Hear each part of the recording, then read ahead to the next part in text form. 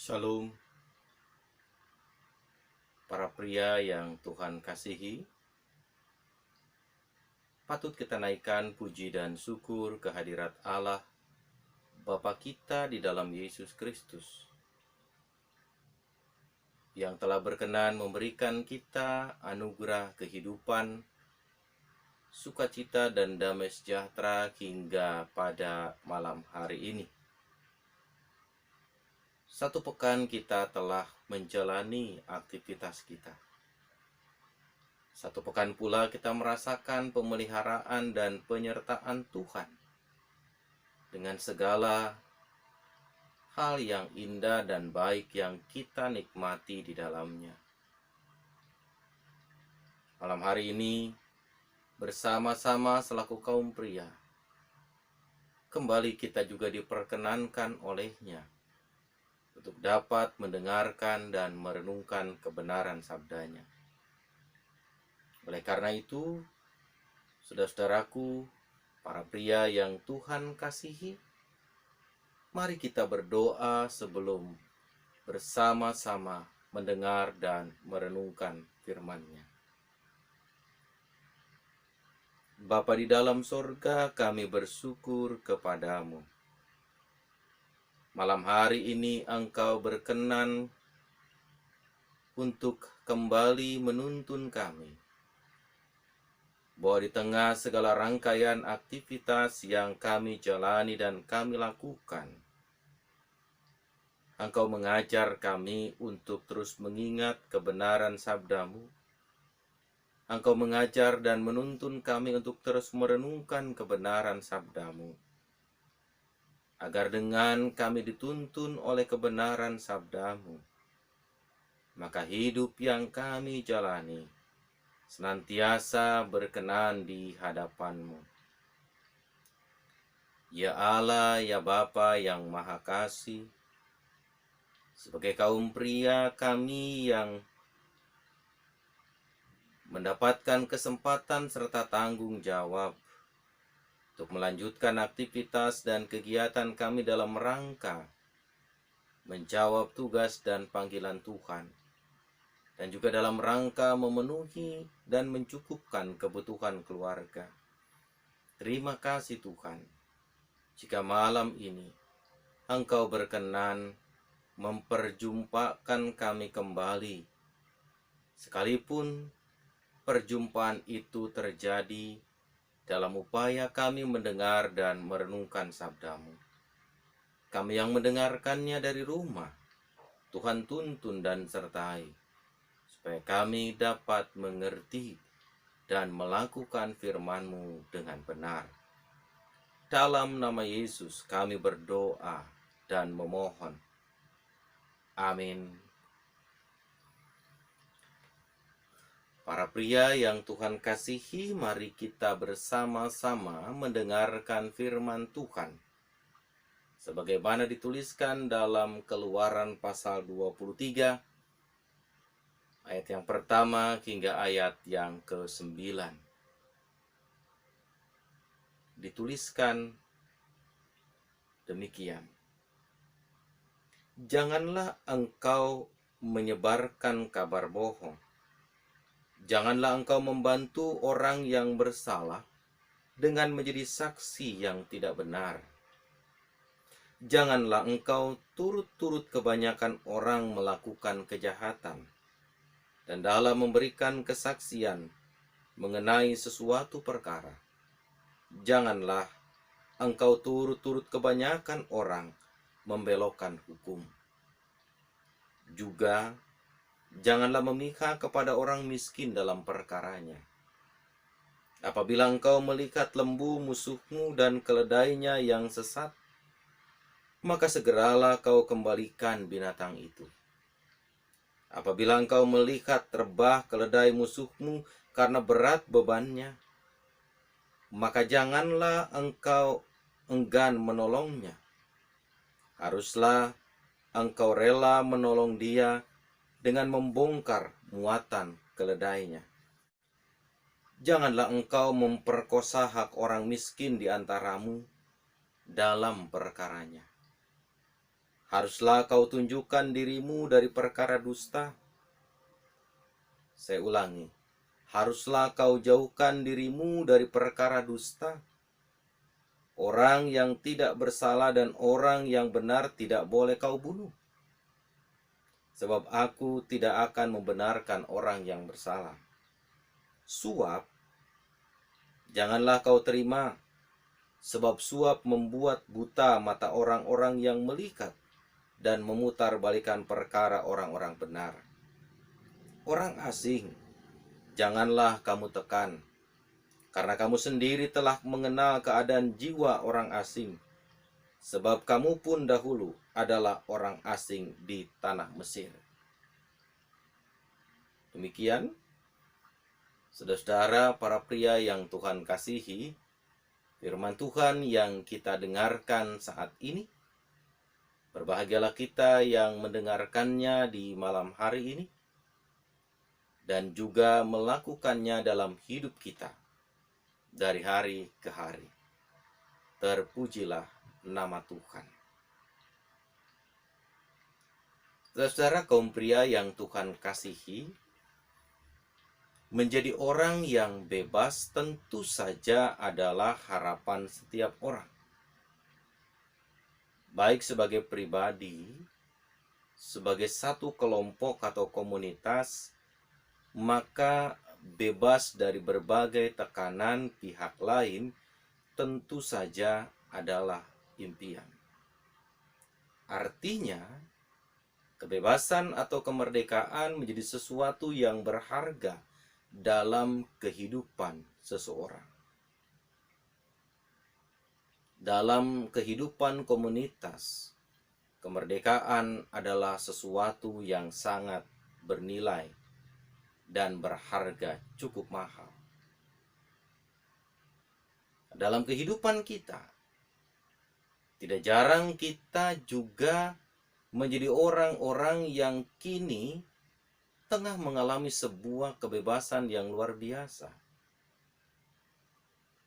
Dan sebagai orang yang telah dibebaskan atau dimerdekakan dari berbagai tekanan, dari berbagai belenggu, tentu kita bisa merasakan lepas seperti biasa. Atau lepas dengan suasana yang begitu menyenangkan. Nah, saudara-saudara yang Tuhan kasihi, tidak jarang ketika seseorang, satu kelompok orang telah mengalami sebuah kebebasan, telah mengalami satu kemerdekaan, maka karena ia sudah merasa bebas, sudah tidak ada lagi yang membelenggu, sudah tidak ada lagi yang mengikat dirinya atau komunitasnya, maka bisa jadi kebebasan itu kebablasan. Kebebasan itu dipakai dengan sesuka hati. Kebebasan itu dipergunakan dengan sewenang-wenang. Padahal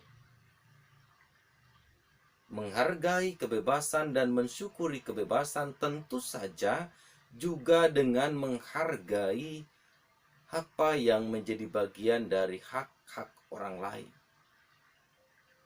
Inilah yang diingatkan oleh Musa kepada bangsa Israel pasca mereka mengalami sukacita setelah pembebasan perbudakan dari Mesir.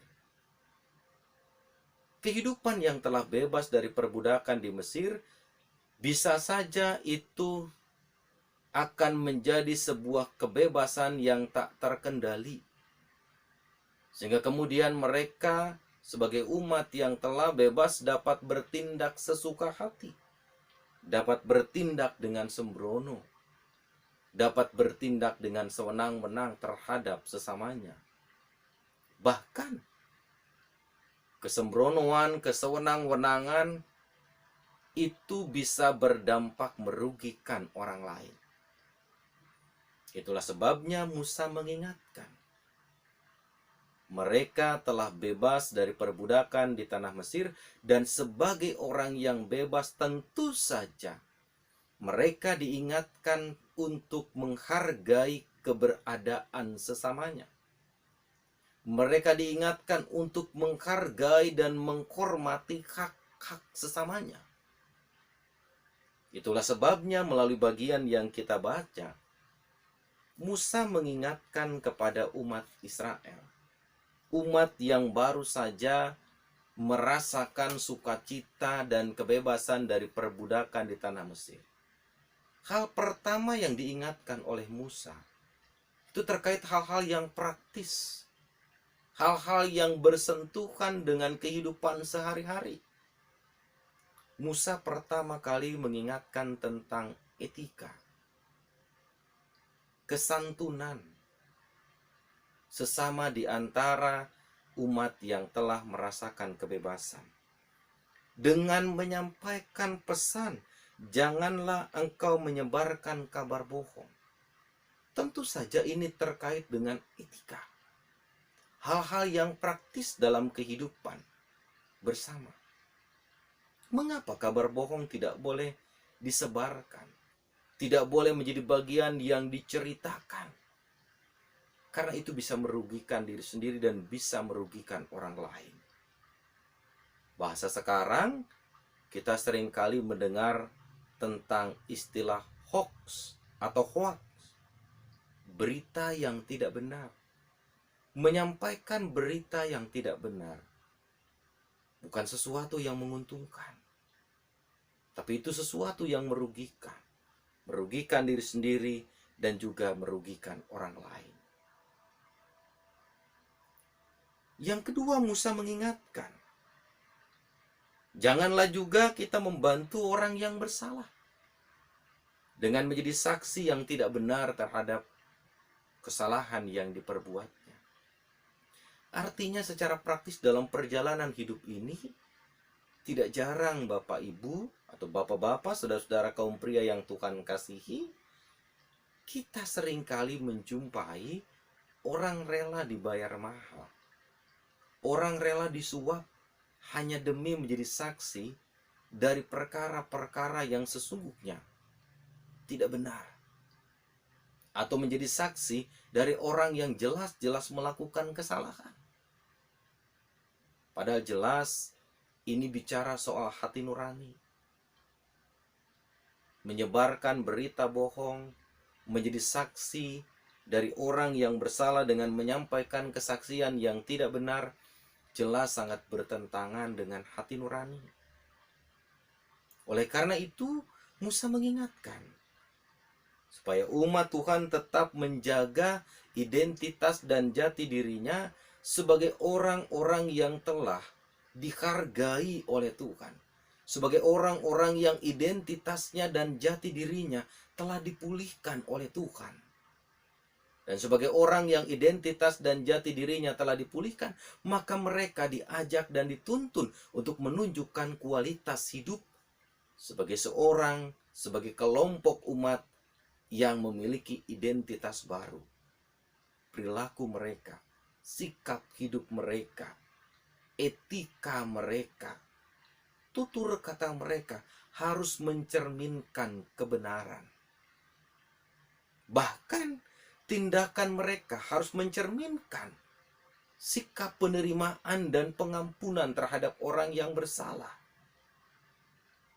Dengan jalan menolong dan mengembalikan keledai musuh yang sesat, menolong meringankan keledai musuh yang bebannya terlalu berat, maka berarti mereka diajak untuk menerima sesama dengan segala keadaan sesamanya.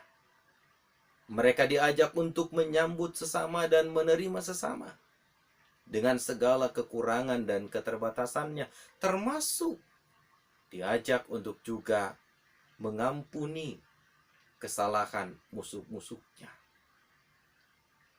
Oleh karenanya, para pria dan saudara-saudara yang Tuhan kasihi, hal ini tentu saja hendak menunjukkan, dan melalui pengajaran ini Musa juga hendak memberitahukan bahwa mereka harus menjadi komunitas yang berbeda daripada yang lain. Mereka harus menunjukkan kehidupan persekutuan sebagai umat Tuhan yang benar-benar telah merasakan kebebasan, dan kebebasan itu diberikan oleh Tuhan dengan cuma-cuma. Ketika Tuhan memberikan mereka kebebasan dengan cuma-cuma, maka mereka pun juga diajak untuk menerima sesama tanpa prasyarat apapun. Selain itu, saudara-saudara kaum pria yang Tuhan kasihi, mereka juga diajak untuk bertindak adil. Menegakkan benar adalah benar dan salah adalah salah. Untuk juga menegakkan bahwa siapapun yang berlaku tidak benar harus dikatakan tidak benar, dan juga bertindak adil terhadap sesamanya. Ketika orang yang mampu melakukan kesalahan, maka mereka harus ditegur, harus mendapatkan konsekuensinya. Ketika orang yang miskin juga melakukan kesalahan, maka mereka juga harus mendapatkan konsekuensinya. Menghargai hak, memperlakukan orang lain dengan adil, dengan benar, menjadi ciri dari kehidupan umat Tuhan yang merasakan kebebasan, yang merasakan kemerdekaan berkat campur tangan Allah yang telah menuntun mereka keluar dari derita panjang di perbudakan tanah Mesir. Menjadi sebuah hal yang baru yang harus ditunjukkan oleh umat Tuhan pada waktu itu. Begitu pula dalam kehidupan kita. Kehidupan sebagai umat Tuhan, sebagai orang percaya, tentu saja saudara-saudara yang Tuhan kasihi, kita diperhadapkan pada kenyataan. Banyak orang yang memutarbalikkan fakta. Banyak orang yang rela memutarbalikkan kesaksian demi mencari rasa aman, demi menyelamatkan diri sendiri. Banyak orang yang rela berlindung di balik kesaksian-kesaksian yang salah supaya dirinya aman. Padahal sesungguhnya secara nurani itu tidak berkenan di hadapan Tuhan. Oleh karenanya umat Tuhan diingatkan melalui pesan yang disampaikan oleh Musa dan sekaligus pengajaran yang disampaikan oleh Musa, bahwa kehidupan sebagai umat Tuhan adalah kehidupan yang harus berbeda dari orang lain. Menjunjung kebenaran dan keadilan menjadi satu hal yang harus diperlihatkan oleh umat Tuhan pasca merasakan kemerdekaan dan pembebasan dari Allah. Demikian pula dengan kita. Ada risiko ketika kita menyampaikan kebenaran. Ada konsekuensi logis ketika kita harus menyampaikan keadilan. Bahkan ketika kita harus bertindak adil, ada konsekuensinya. Tapi itulah panggilan hidup kita sebagai orang percaya.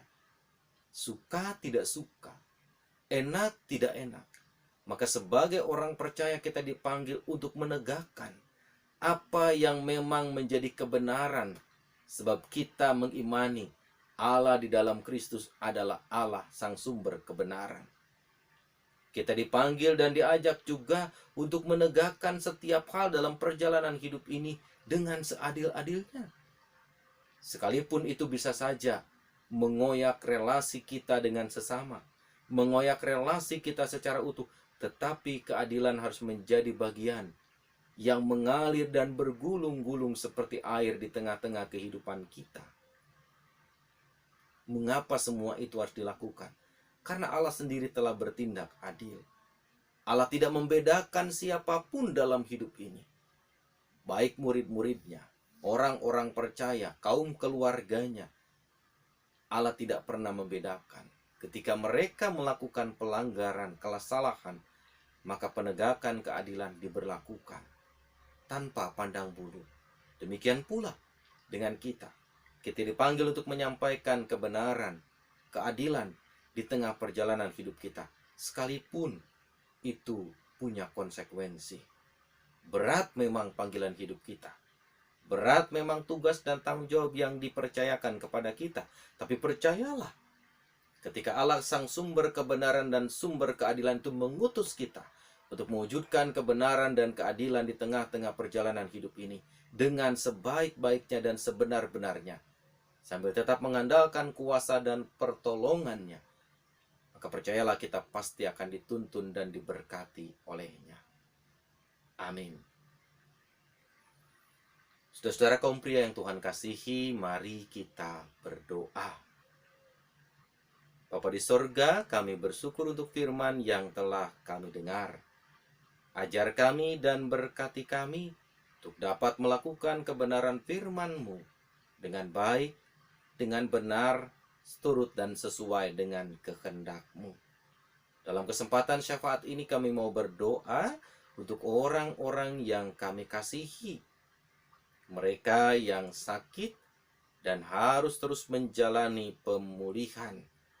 Kami berdoa untuk Bapak Anton Sarira, Ibu Yana Sarira, putra-putri mereka, Ronald dan Roni, dan juga Tabita serta cucu terkasih mereka, Axel. Berkatilah Tuhan keluarga Anton Sarira.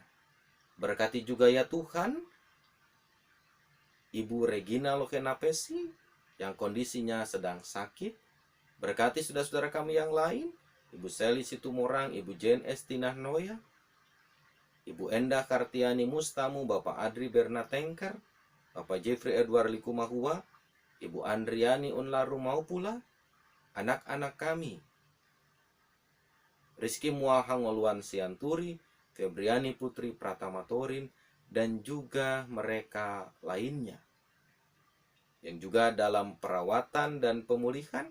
Kami berdoa ya Tuhan, termasuk di dalamnya untuk Ibu Syane Lenunduan.